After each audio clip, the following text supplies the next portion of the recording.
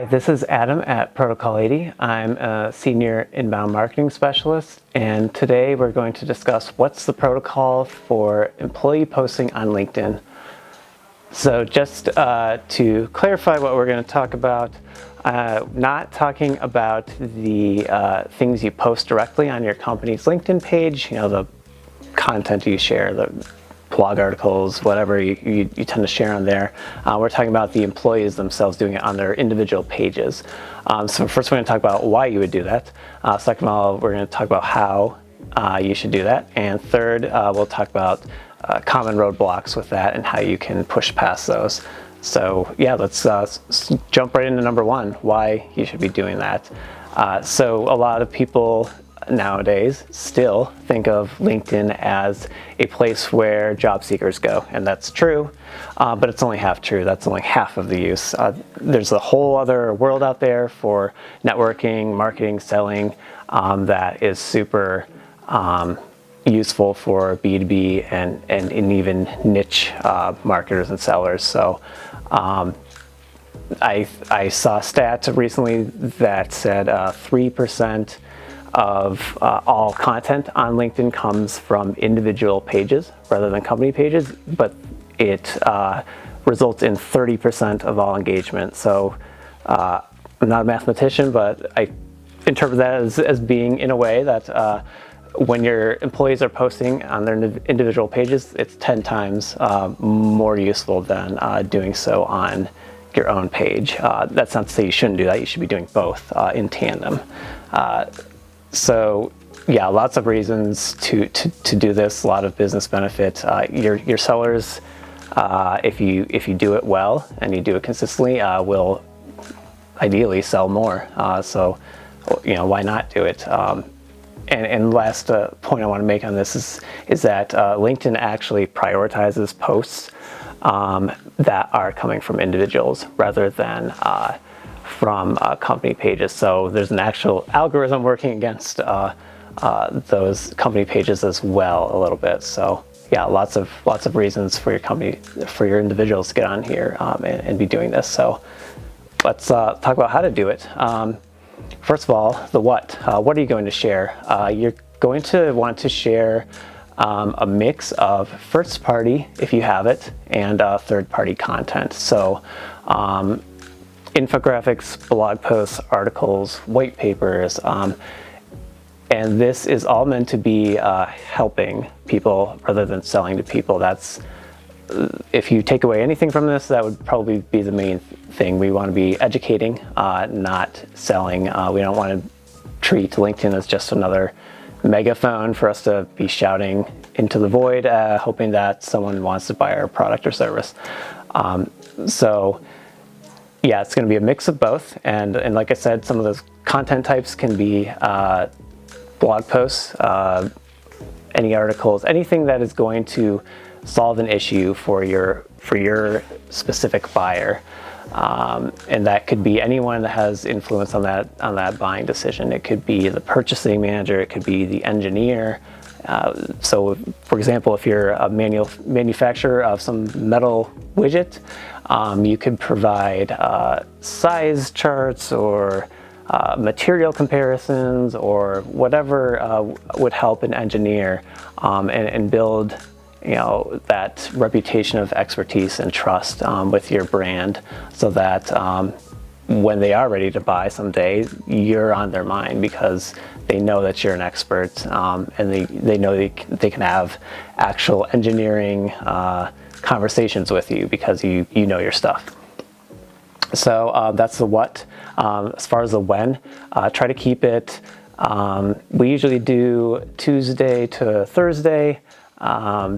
Working days, beginning and end of day are great. People tend to drift on social media at the beginning or the end of the day, also during lunch break as well. Of course, keep your time zones in mind. You might have a worldwide audience, or you might only work with companies in the Northeast, so that will affect things as well. As far as the how, tone is important. We want to be, as I said, educational, helpful, polite. Don't just send a link every 3 days and call that a social media post. You want context around that. You don't want to just include the title of the article. You want to actually explain, why is this important to read? What are they going to get value-wise from checking out whatever you're sharing? So yeah, don't be cold or terse. Give a little bit of context. Hashtags are another how. You can use hashtags to reach people who are your specific audience. If you go right to that upper bar at the top of LinkedIn, you can type in hashtags and you can click on them and see exactly how many people follow that hashtag. So you can use those to reach specific people who follow those hashtags.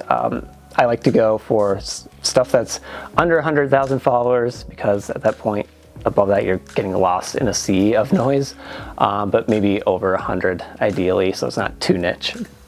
So kind of find your balance and make sure you're reaching people that you want to be reaching. I think that's about it for best practices that we can fit into a short video, but before we go, I want to talk about some common roadblocks you might encounter with yourself or with your team. Probably have heard this one already, but the whole "this isn't worth my time," especially with the old school salespeople, might have some reservations about devoting time to this. My response that I would recommend is showing them the statistic I mentioned earlier, along with many others that show the sales value of this. Really, it's only going to help them. So if they can't see that, then I don't know what what you can really tell them. But it's very, very clear that it can be useful for initiating sales conversations, and it's low effort. Honestly, it's low effort, high impact. So even just a couple minutes a day can be useful. Another reservation might be, well, we want to, we try to, but we just fall off. So to that, I would say, make sure everyone knows who's responsible, which key players on your team, the VPs, sales directors, marketing directors, whatever, are going to be doing this, and then set a schedule and make them do it. Actually follow through. Have that schedule visible. Make sure they, you can spoon feed them content, so they don't have to dig something up, and just hold to that. No one's too busy to do this for the most part. It's not super difficult, and no one's too niche to do it. As long as you have customers, then you have something that those customers need to know. As long as you have content, you have something to share. If you don't have content, then you should probably watch a lot of our other videos in the series, because you do want to have something to share as you get on LinkedIn, and not only be sharing third-party content.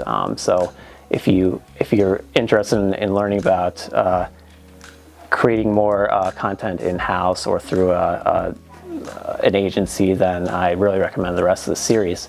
With that said, time is about up, so just keep those three, the whys, the whens, the how in mind, and check out the rest of the video series. Check out our blog, which has tons of education on it, periclady.com/blog. And follow us on LinkedIn if you want to, and see how we do it. Good luck and enjoy the rest of the series.